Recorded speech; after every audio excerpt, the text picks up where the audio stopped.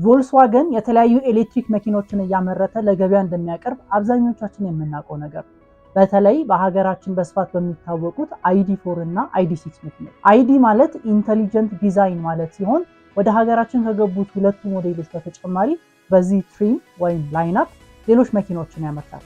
ID3፣ ID5 እና ID በዝ። ነገር ግን እነዚህ ብቻ አይደሉም። ምክንያቱም ከ2024 ጀምሮ ቮልስዋገን ወደ አይዲ ላይናፑ አዲስ ሞዴል ኢንትሮዲውስ አድርጓል። ቮልስዋገን ID7።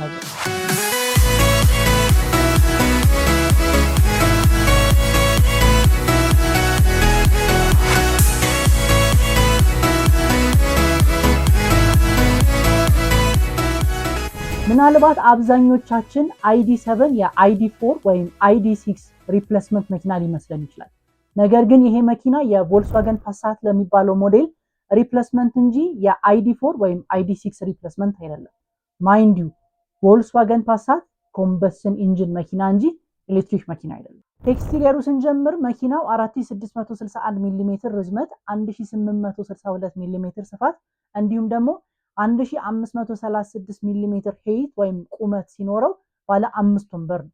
እንዲሁም 2172 ኪሎ ግራም ክብደት አለ። ይህን መኪና ራቅ ብለን ስናየው ስሎፕድ የሆነ ቴልጌት ነው ያለው። ማለትም እንደነ ዲዛይር አይነት ቡት ሊድ አይደለም ያለው። ይህም የመጫን አቅሙን እንዲጨምር እንዲሁም ደግሞ የምንጭናቸውን ወይም ደግሞ የምናወርዳቸውን እቃዎች አክሰስ ለማድረግ ቀላል እንዲሆን አድርጎታል።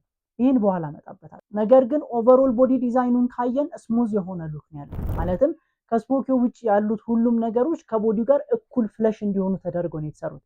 ይህም የተሻለ ኤሮ ዳይናሚክ እንዲሆን ያስቻለው ሲሆን የድራግ ኮኤፊሽንቱም 0.23 ነው። which means እኛ ሀገር አልፎ አልፎ ከምናያቸው የተስላ ሞዴል 3 መኪኖች ጋር እኩል ነው። ይህን መኪና ከፋብሪካ በ5 የቦዲ ቀለም አማራጮች ማግኘት የምንችል ሲሆን የቸርኬ ወይም ዊል ሳይዙን ደግሞ በ19 ወይም በ20 ኢንች እናገኘዋለን። ሌላው የመኪናውን ጀርባ ካየን ያን ያህል አዲስ የሆነ ዲዛይን አይደለም ያለው። የምናውቀውን የአይዲ4 እና አይዲ6 ዲዛይን ኢንስፓየር ያደረገ ግን ትንሽ ማስተካከያዎች የተደረጉበት ዲዛይን ነው ያለው። ከፊት ያለውን ካየን ግን ኖቲሰብል የሆነ ልዩነት አላቸው። ኦብቪየስሊ በአጠቃላይ የቦዲ ዲዛይን ይለያያሉ። አይዲ4 እና አይዲ6 ተመሳሳይ ዲዛይን አላቸው። አይዲ7 ደግሞ ለየት ይላል። በዚህም ከሁለቱ የተለየ የሄድላይት ዲዛይን ቢኖረውም ሁሉም ኢንተሊጀንት ላይቲንግ ሲስተም ነው የሚጠቀሙት። ማለትም ለዩዘሮች አዳፕቲቭ ኤፊሽንት እና ሪስፖንሲቭ የሆነ ላይቲንግ ሲስተም ክሬት ለማድረግ አድቫንስድ ቴክኖሎጂዎችን ይጠቀማሉ። ይሄም የሄድላይቶቹ ዋና መብራቶች የመኪናውን እንቅስቃሴ እያዩ የተንቀሳቀሱ ራሳቸውን አጅስት ያደርጋሉ ማለት ነው። ከዚህ በተጨማሪ ዴይ ታይም ረኒንግ ላይት አለ። ያው ቻርጅ አያስጨንቀኝም ኤስቴቲክ የምትሉ ካላችሁ ቀን ቀን መጠቀም ትችላላችሁ። ሌሎቻችሁ ግን ማታ ማታ ብቻ መጠቀም የተሻለ ነው። ወደ ኢንቴሪየሩ ስንገባ አስ ስታንዳርድ 30 የቀለም አማራጮች ያለው አምቢየንት ላይቲንግ ዳሽቦርዱ ላይ የምናገኝ ሲሆን መሀል ላይ ደግሞ ባለ 15 ኢንች ኢንፎቴመንት ስክሪን እናገኛለን። ይሄም አሁን ካሉት አሪፍ ከሚባሉት ኢንፎቴመንት ስክሪኖች አንጻር ደከም ያለ ነው። ነገር ግን ለአብዛኛው የኛ ሀገር ተጠቃሚዎች ያን ያህል አስቸጋሪ ላይሆን ይችላል። ኢቨን ኖቲስ ሁላ ላናደርገው እንችላለን።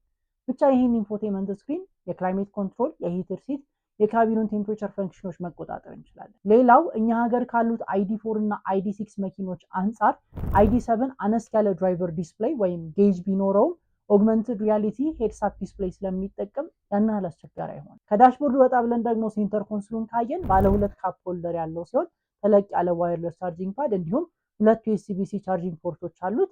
እዚሁ ላይ አርምሬስቱን ካየን አሪፍ የሚባል ስቶሬጅ ሳይዝ አለ። ወደ ኋላ ወንበር ስንሄድ ይሄ መኪና ረጅም ዊልቤስ ስላለው ማለትም ከፊት ጎማ እስከ ኋላ ጎማ ያለው ርቀት 3 ሜትር አካባቢ ስለሆነ ከኋላ ወንበር እስከ ፊት ወንበር ያለው ርቀት ሰፊ ነው። ይህም ከኋላ ለምንቀመጥ ጉልበታችን ከፊት ወንበር ጋር እንዳይጣበቅ እና ተዝናንተን እንድንቀመጥ ያስችለናል። ሌላው ልጃችሁን ወይም ልጆቻችሁን ከኋላ ወንበር አስቀምጣችሁ መንቀሳቀስ የምትፈልጉ ከሆነ ቻይልድ ሲት ማውንት ያላቸው ሲሆን ተለቅ ያሉ የልጆችን መቀመጫ የምትጠቀሙም ካላችሁ ደግሞ በቂ የሆነ ቦታ ይኖራቸው። ከዚህ በተጨማሪ ከማስጠንቀቂያ ጋር ልጃችሁን ከፊት ማስቀመጥ የምትፈልጉ ከሆነ የፓሴንጀር ወንበር ላይ ሲት ማውንት አለ፣ እሱን መጠቀም ትችላላችሁ ግን ከማስጠንቀቂያ ጋር። ሌላው ከሴንተር ኮንሶሉ ጀርባ ያሉትን በተኖች ተጠቅመን ኋላ ያለውን ቴምፕሬቸር መቆጣጠር እንችላለን። እንዲሁም እስከ 40 ዋት ድረስ ቻርጅ ማድረግ የሚችሉ 2 ዩኤስቢ-ሲ ፖርቶች ስላሉ ስልካችንን ብቻ አይደለም ላፕቶፓችንንም ቻርጅ ማድረግ እንችላለን። በነገራችን ላይ እንደዚህ አይነት የቴክ እና የመኪና ሪቪው የምትፈልጉ ካላችሁ ሰብስክራይብ ማድረጋችሁ እንዳትረሱ። ምክንያቱም ገና ብዙ ሪቪው የምናደርጋቸው ነገሮች አሉ። ወደ ኋላ መጫኛ ወይም ቡት ስንሄድ ይሄ መኪና የመጫን አቅሙ 530 ሊትር ሲሆን 375 ሊትር የመጫን አቅም ካላቸው ሱዙኪ ዲዛይሮች በጣም የተሻለ ነው። ይሄ ብቻ አይደለም፣ ዲዛይሮች ሳሎን ቴልጌት ስላላቸው እቃ ለመጫን ለማውረድ ትንሽ አስቸጋሪ ሊሆኑ ይችላሉ። ID7 ግን የሃችባክ ቴልጌት ስላለው ስራችንን ቀላል ያደርግልናል። ከዚህ በተጨማሪ በዛ ያሉ ወይም ተለቅ ያሉ እቃዎችን መጫን የምንፈልግ ከሆነ የኋላ ወንበሮችን ማጠፍ እንችላለን። ይህም የመጫን አቅሙን ወደ 1586 ሊትር ድረስ ይጨምርልናል።